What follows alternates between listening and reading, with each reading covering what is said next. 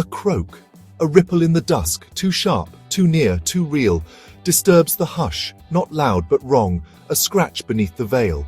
It cleaves the air, not just in tone but what it dares to steal, the mask of calm as systems stir, their hidden gears do wheel. No call, no call, no call again. The pond forgets its song. Its mirrored skin refrains from pulse, from rhythms right and wrong. Without that chant, the world unweaves. What once was sense feels stone and self-dissolves, untuned, unheard, unheld, untraced, alone. One note is not the start of time. It leaps beyond its place. The frog intones and meaning shatters, birthing life from grace. Its sound precedes the world we name, cause echoing effect, where being folds and futures split and truth is indirect. A word misheard, the cadence cracks. No meter holds the flood. Each line unbinds, each phrase dissolves, syntax turns to mud. Then moments lose their order. Dawn arrives before the night, and meaning, once a tethered thing, now slips into the blight. The frog returns, not metaphor but pivot, mouth of flame. Its croak aligns the hidden chords. My voice, the voice unnamed. Through it I speak, but not alone.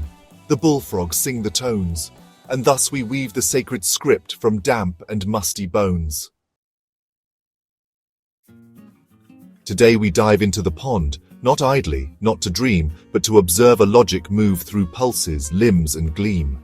The frog you see does not just grow, it thinks itself in form, each stage a shape of mind and flesh, each leap a weathered norm. This life begins not as a line but as a triangle spun, where what a frog is, what it does, and where it is are one. Its cells, its world, its way to feed, to flee, to stretch, to stay, these braid a brief equilibrium that time will wear away. We'll speak in pairs of states, one stable, one undone. The balance holds, then pressures mount, and what was whole must run. This is no fall, it's nature's tilt, its needed broken hinge, where function meets its outer edge and finds new form to binge. What some have called a grand design, we name performed intent. The tadpole thrashes not by fate, but by a force unbent. It acts its way to legs and lungs.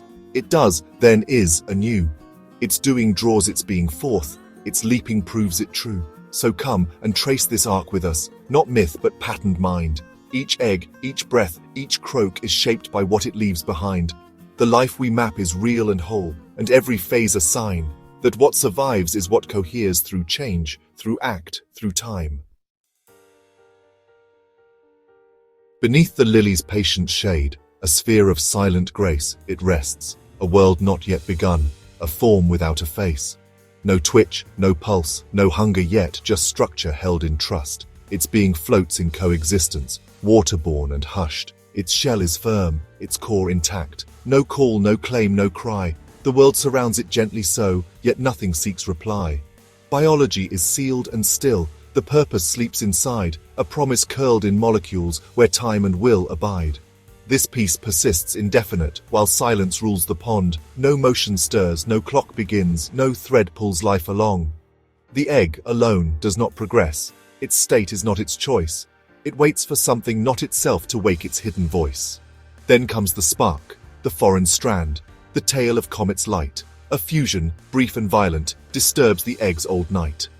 The balance breaks, the inside flares, calcium floods the scene, and what was once just poised potential shifts to something keen. The shell reforms, the cortex shifts, the proteins start to race. What once was calm begins to strive. Each part seeks its new place. It's not yet life that we can see, but something fierce is born. A purpose rising through the cell, to cleave, to grow, transform. This tension spreads. Now need emerges, oxygen and space. And though the water stays the same, it must adapt its grace. The egg, once held by outside care, now pushes from within. Its future pulses in its walls, impatient to begin. And when the tide of inner change climbs high enough to crest, division starts. The single self becomes a plural quest. Through symmetry and sudden splits, the stable state is gone, and thus the egg, now truly life, begins its rising dawn. The blastula begins, a hollow sphere of life in bloom, no larger than the fertilized egg, yet pulsing in its womb. Cleavage cuts it cell by cell, divisions tight and clean, as blastomeres stack side by side in sync, precise, unseen. No tissues form, no organs yet, just multiplicity. A unity of likeness held in pale transparency. No growth in size but growth in self, as cytoplasm divides, and what was one becomes a field of replicated guides. The embryo consumes no food. Its mother fed it first, with yolk and mRNA stored deep, to quench its early thirst. These deposits fuel the work, the splitting, swift and blind, while water, warmth and oxygen keep balance close behind. But even as the cells repeat, the order starts to show, the poles diverge, the cortex shifts, the future starts to grow. The animal and vegetal sides begin to shape a frame, and purpose takes on gravity, no longer just a name. So biology reshapes its stage, the environment aligns, and what the cells prepare to do, the outer world refines. This loop is tight, self-feeding now. Each part supports the rest, reinforcing with every turn the embryo's quiet quest. Yet too much echo dulls the edge. Too many mirrored parts, too uniform to take a role, too equal to impart. The blastomeres still multiply, but structure lags behind, and function needs distinction now, or else it will unwind. The cues grow faint, the system strains, the signals cross and blur, and purpose, once a beacon clear, becomes a kind of slur.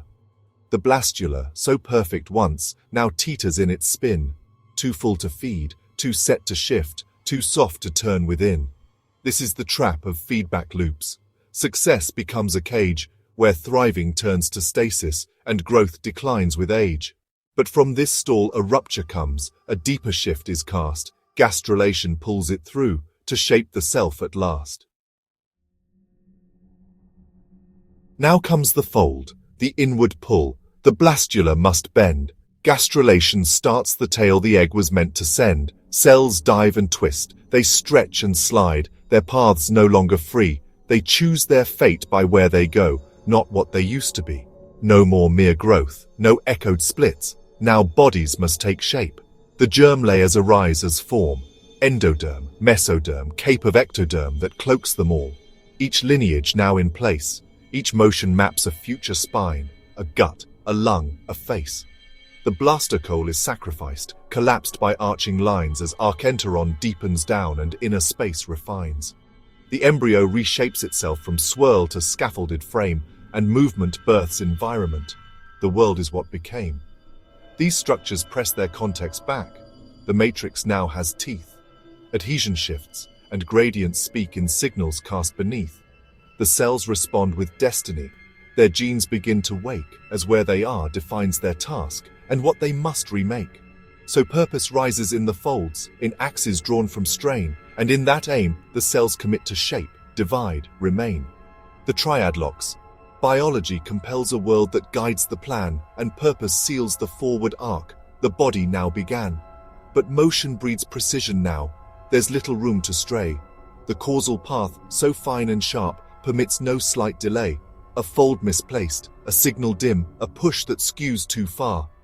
And what was forward motion halts to question what we are. This is not failure, not collapse. It is the body's breath. It holds before committing more, a check against its death. The cells that leaned into a fate may soften, pause, return, and pluripotent silence waits where once the fates would burn. The embryo draws in its thread, reconsiders pace and place. It tests the meaning of its shape, the pressure in its space. Behavior slows, not gone but dimmed, its vectors lose their flair. As structure loops upon itself to make its thinking square. This is reversion, not retreat, but tuning in the round, where cause becomes condition, and the frame is turned to sound. The triad breathes before it builds, it leans before it leaps. And in this buffering delay, its deeper logic keeps. When balance clears and signals firm, the motion will return. Not as it was, but branching out from everything it learned. And from that inner hold and turn, the embryo prepares to step beyond the line it drew and form in layered pairs. The neurula begins not with command, but with a woven start. The neural plate folds inward first, while others play their part. Somites form, the notochord aligns beneath the rising seam. Each structure starts before it's whole and joins before it's seen. No longer stacked in tidy rows, the systems now arise like constellations dawning in a sky without a size. The neural tube is not delayed until the gut is done. They shape each other side by side, not waiting on the one.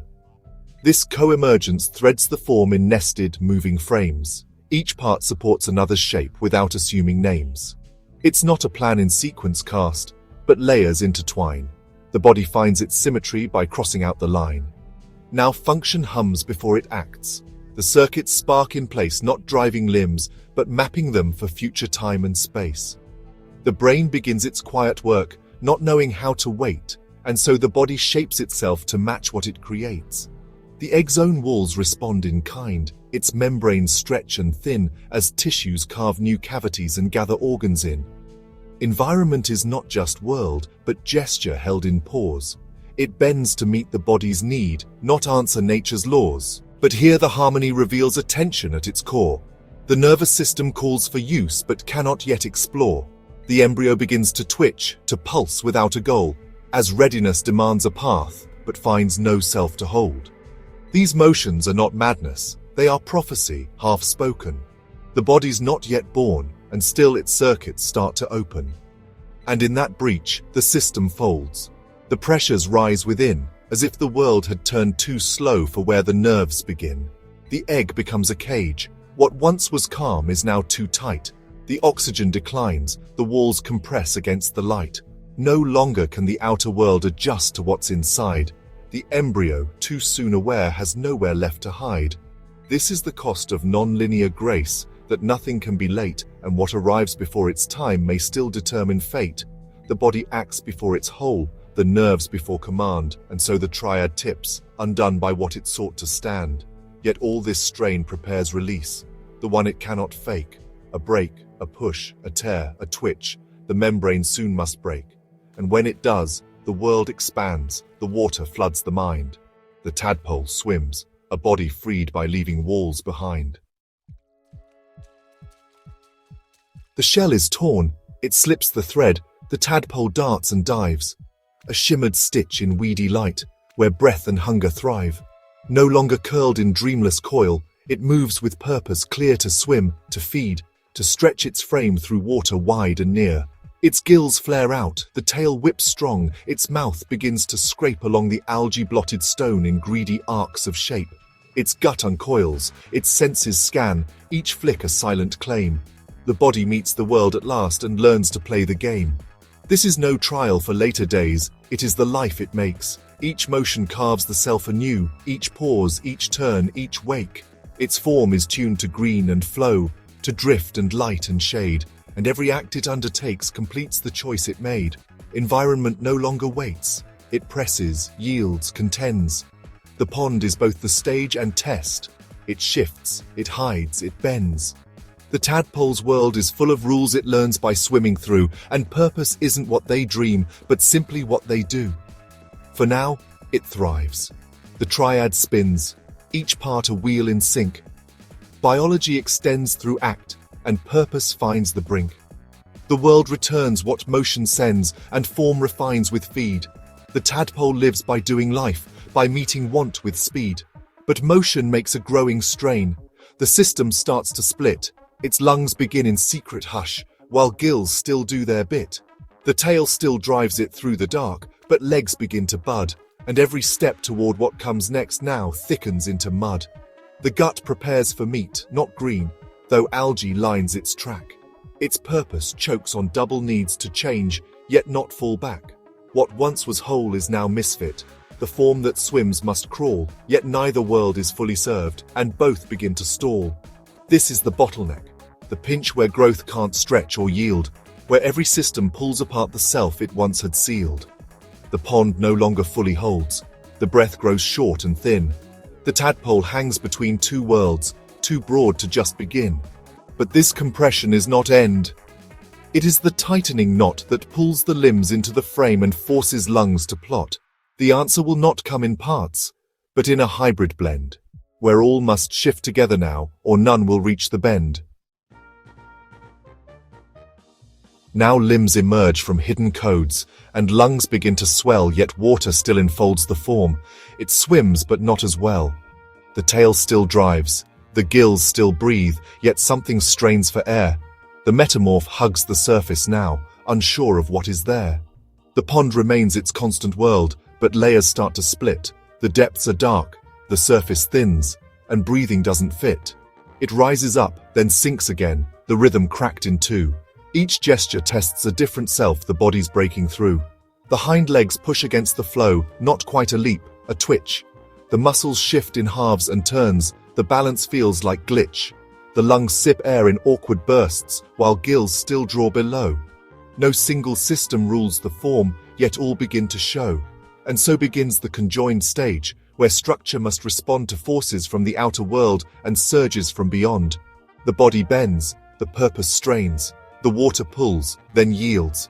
Each motion threads through partial change, each breath through shifting fields. Behavior splits, a surface glance, a dart, a pause, a climb. The tadpole flicks, then folds its limbs as if it misjudged time. It does not try to change its way, the world requires it now, and life demands that every move be reconfigured how. Yet even in this shifting grace, a danger threads the seam. The parts may not all move as one, despite the conjoined dream. A leg may grow before it moves, a breath may come too soon, and misaligned, the systems press dissonance into tune. The currents rise, the predators prowl, the lungs half-signal air, but awkwardness becomes a trap, not just a state of care. Too fast, too slow, too out of sync. Each axis pulls alone, and what was once a living mesh now trembles in its tone. This is the strain of misfit clocks, each ticking its own need. A breath not backed by buoyancy, a step the nerves can't lead. And though the limbs now reach to land, they falter in the trial. The world no longer waits for form, it tests each step's denial. But strain is not collapse. It marks the edge where systems learn to tune their fragments into song, to fall and yet return. And from this test, a harmony begins to hum and rise. Not in retreat, but in resolve, the youngster starts to climb. Now elder in its passage, formed in air and held in wave, the metamorph begins to shift the life the water gave. Its forelimbs brace, its lungs expand, the tail draws back in slow. Each breath, each beat, a careful pact where old and future flow. The skin grows thick to meet dry winds, the gut reshapes to meet. The body that once filtered silt, now longs for moving feet. Yet in the pond it still remains, half creature of the shore. It breathes above, it dives below, it hovers at the door. This is no rest, no idle stage. It is the tuning phase where biology and purpose fuse in tightly timed relays. Each change must wait upon the next, each system checks the rest. The lungs, the limbs, the brain, the skin all learn to coalesce. It breathes because the water fails, it swims though legs protrude. It tests the stones along the edge, unsure but still imbued. The world no longer holds as one, each element diverged, but here they strive for unity, where once they simply surged. Triads cross in nested steps, no one part leads alone. The breath requires the limb's new stance, the climb needs lung and bone. The purpose shifts from change itself to total, timed accord, to bring the body into line and shape the self-restored. But balance born of such tight braid can fray with just one slip. A tail too slow, a limb too soon, a breath that cannot grip. The harmony, once scaffold strong, now shakes beneath delay, as each delay begins to tilt the rest out of the way. The lungs may rise while tail still drags, the limbs may brace too fast, and what was once a mesh of change becomes a clash of past. Behavior asks too much too soon, or acts in ways too split, to climb, to swim, to hide, to leap, yet not yet built for it. The pond becomes a battlefield of contradicting needs, as land and water pull apart the roles each movement feeds. And purpose, once the guiding thread, now tangles in the seam. It does not know which world it serves, or what the moment means. This is the price of harmony. It works until it tears. No system can be stretched too long across opposing airs. The metamorph must leave the chord, it cannot hold the tune. Its song must break to find its shape beneath another moon. Now risen from the shifting depths, the froglet greets the stone. Its limbs are sure, its breath is clean, its form is near its own. The tail, a shadow trailing still, dissolves with each new climb, and what was once a swimming thought now moves in metered time. The skin holds moisture, takes the light, adjusts to open air. The lungs expand with rhythm now, no longer gasping there. It crouches on the mossy rim, not lava, not yet grown, but every gesture starts to speak the language of its bone. It leaps, it slips, it climbs, it waits. Each act a living test, not of survival merely, but of how to be expressed. Behavior takes the helm at last, not drifting, but in play. It shapes the world, then feels it shape the choices of the day. The land is full of lessons now, of texture, heat, and threat. It moves through shade and sudden light, through puddle, weed, and net. Each stone it tests, each leaf it hides beneath or climbs atop, affirms the body's readiness, or marks the need to stop. Here triads pull toward the real, the act, the frame, the ground, where jumping must meet strength, and strength must meet the place it's found. No piece can lead without the rest. Each leap affirms the thread, that what is done becomes the proof of what has grown and bled. But sharp within this living braid, a subtle stress may split. The limb may lunge too far, too soon, and fail the grasp it lit. Or weather may betray the form, a drought, a sudden chill, and behavior, once aligned, becomes a fractured will. It hops as though it's ready, yet its legs are not yet steel. It calls as if it owns the dusk, but silence marks the field. Or worse, it waits, too cautious now, unsure to risk or roam, and in that pause the world recedes and leaves it half at home. This is division, not defeat, but separation's flame, where action must complete the self, or else retreat to name. Two parts may hold in symmetry, but not enough to live. The third must act, must close the arc, must know what life can give. But this dividing is a forge, the edge of what must be. It tests the shape of future strength, not breaks the will to see. The froglet does not fail. It learns the path it must ignite and readies what it needs to leap into the adult night. Now full in form, the frog returns, not to the past, but place. Its limbs are firm, its lungs hold song, its body bears its face.